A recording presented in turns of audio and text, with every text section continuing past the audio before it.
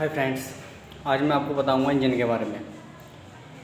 Engine जो internal engine होता है एक एक्सटर्नल इंजन होता है। एक्सटर्नल इंजन में हमारा जो स्टीम टरबाइन होता है और बॉयलर में हम उसको यूज़ करते हैं। एक्सटर्नल इंजन मतलब बाहर की तरफ से हम उसको यूज़ करते हैं एक्सटर्नल इंजन में। और इंटरनल इंजन होता है जैसे हमारा पेट्रोल, गैसोलीन और डीजल, ये सब इंटरनल में आते हैं। इंटरनल कंबशन इंजन, ठीक है। एक्सटर्नल हो गया अलग और इंटरनल हो गया अलग। इसको दो पार्ट में अलग अलग कर दिया गया है, एक्सटर्नल और इंटरनल। एक्सटर्नल तो बता दिया मैंने आपको, मतलब एक तो स्टीम टरबाइन, बॉयलर मतलब जो हम बड़े बड़े उद्योग उसमें हम यूज़ करते हैं एक्सटर्नल को, जो बाहर की तरफ से हम इसको यूज़ करते हैं। कोयला, गैस वगैरह, जिसे मतलब जैसे हम स्टीम को जनरेट करते हैं ऐसे करके, तो उसमें एक्सटर्नल में हम इसको यूज़ करते हैं। अब उसके बाद जो हमें इंटरनल इंजन होता है, इंटरनल इंजन में होता है हमारा जैसे पेट्रोल, डीजल, गैसोलीन आदि जो हमारे मतलब उससे जनरेट होता है, वो उससे हम यूज़ करते हैं उसको इंटरनल इंजन में। और इंटरनल का जो हमारा इंटरनल जो होता है ना, मतलब जैसे 4 स्ट्रोक, 2 स्ट्रोक और ये इस तरीके के होते हैं हमारे 4 स्ट्रोक, 2 स्ट्रोक इंजन होते हैं। अब उसमें जो है हमारे जैसे हमारे 4 स्ट्रोक, 2 स्ट्रोक आदि जो बाइकें होती हैं या मोटर वाहन होती हैं, उसमें किस प्रकार के जो इंजन होते हैं वो सब मैं आपको बताने जा रहा हूँ। पहली जो हमारा जो एडवांटेज होता है इग्निशन, मतलब जो इंटरनल इंजन हमारे होते हैं, इंटरनल कंबशन जो इंजन होते हैं हमारे, उन इंजन में पहली जो हमारा जो हाई टेम्परेचर होगा, मतलब जो एकदम स्टार्टिंग होगी, मतलब स्टार्टिंग प्रॉब्लम नहीं होगी, हाई टेम्परेचर पे स्टार्टिंग हो जाएगा।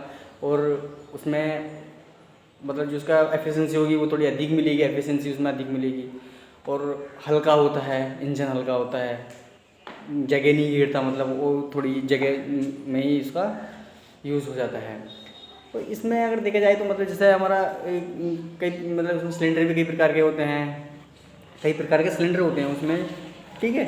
अब इसमें देखा जाए तो जैसे हॉरिजेंटल पार्टिकल, इंसोल्यूट इंजन और रेडियल इंजन और we engine, opposite piston engine और अपोजिट सिलेंडर इंजन होते हैं। इस तरीके के इसमें अरेंजमेंट ऑफ सिलेंडर होते हैं, सिलेंडर, ठीक है। हॉरिजेंटल, वर्टिकल और इंसोल्यूट और रेडियल इंजन और अपोजिट पिस्टन और अपोजिट सिलेंडर इंजन, इस तरीके के हमारे सिलेंडर फिटिंग होती है।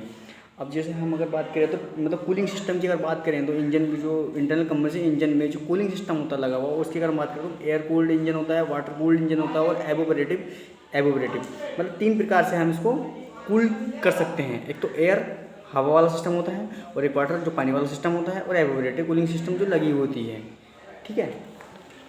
अब उसमें जो है हमारा एक इग्निशन इंजन होता है। इग्निशन इंजन मतलब है जैसे कि ignition use for the combustion of the fuel, जैसे कि स्पार्क इग्निशन इंजन, मतलब जो प्लग वगैरह होते हैं, जो बाइकों में आपने देखा होगा प्लग वगैरह, वो स्पार्किंग करते हैं वो, ठीक है। स्पार्किंग इग्निशन और कंप्रेशन एक होता है compression, spark ignition, compression ignition engine होता है, ठीक। कंप्रेशन इग्निशन आपने देखा होगा डीजल वाली जो मारुति होती है उसमें इंजेक्टर लगा हुआ होता है, इंजेक्टर, वो उस तरीके का कंप्रेशन बनता है हमारे इग्निशन। एक होता है हॉट स्पॉट इग्निशन इंजन, ठीक है।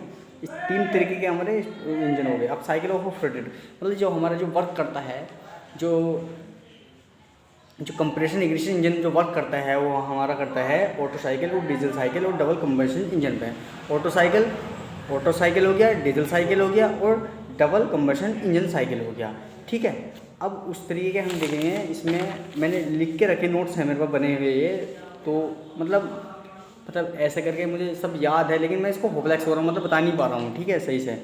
तो मैं इसलिए थोड़ा मैंने इसका यूज़ किया है, अपने नोट्स बनाए हुए हैं थोड़े मेरे। एक्सटर्नल कंबशन इंजन एडवांटेज, जैसे हमारे एडवांटेज हुए एक्सटर्नल कंबशन इंजन के, द हैव लो एफिशिएंसी और they require the more space, they है require the more time starting the work on the pressure and temperature, ठीक है। ये है हमारी एक्सटर्नल कंबशन इंजन की वो होगी, मतलब उसमें जो इंटरनल में तो होगी एकदम हाई एफिशिएंसी होगी, और जो लो उसमें होगी, लो जो होगी वो एक्सटर्नल कंबशन इंजन में होगी, लो, ठीक है। Internal combustion engine, the engine, ठीक है, the heat engine in which the combustion of fuel take, मतलब मैं बता रहा हूँ इंटरनल कंबशन इंजन के बारे में बता रहा हूँ। The heat engine in which the combustion of fuel take place inside, मतलब कि वो जो हमारा फ्यूल चलेगा वो इनसाइड होकर चलेगा the engine cylinder and the heat energy obtained from combustion fuel, ठीक है।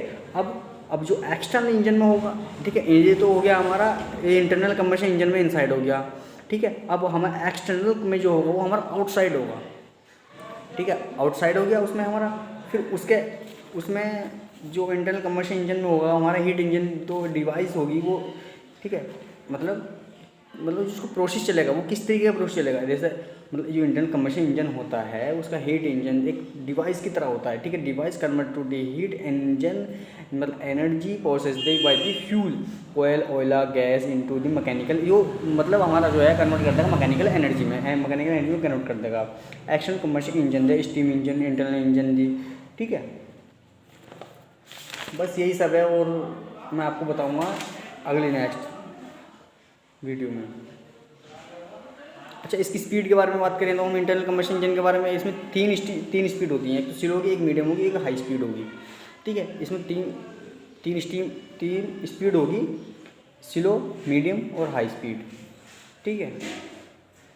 और मेथड ऑफ फ्यूल सप्लाई का, हम सप्लाई की बात करें तो ये इसमें मतलब कार्बोरेटर हो गया हमारा, कार्बोरेटर इंजन हो गया, एयर इंजेक्टर हो गया, एयरलेस सॉलिड इंजेक्टर इंजन हो गया। इसमें 3-4 तरीके होते हैं। जैसे कार्बोरेटर हमारा बाइकों में लगा होता है, हल्की गाड़ियों में लगा होता है कार्बोरेटर। जैसे पेट्रोल हमारा हल्का होता है, बिल्कुल स्लो चलता है, तो ये कार्बोरेटर में यूज़ करते हैं। और जो हमारा एयर इंजेक्टर होता है, हमारे डीजल की गाड़ियों में उपयोग किया जाता है एयर इंजेक्टर, और एयरलेस सॉलिड इंजेक्टर होता है, ये हमारा इंजन के उपयोग किया जाता है। टाइप्स ऑफ कूलिंग सिस्टम का आपको मैंने बता ही दिया था, air cooled, water cooled, evaporator cooling system, ठीक है दोस्तों।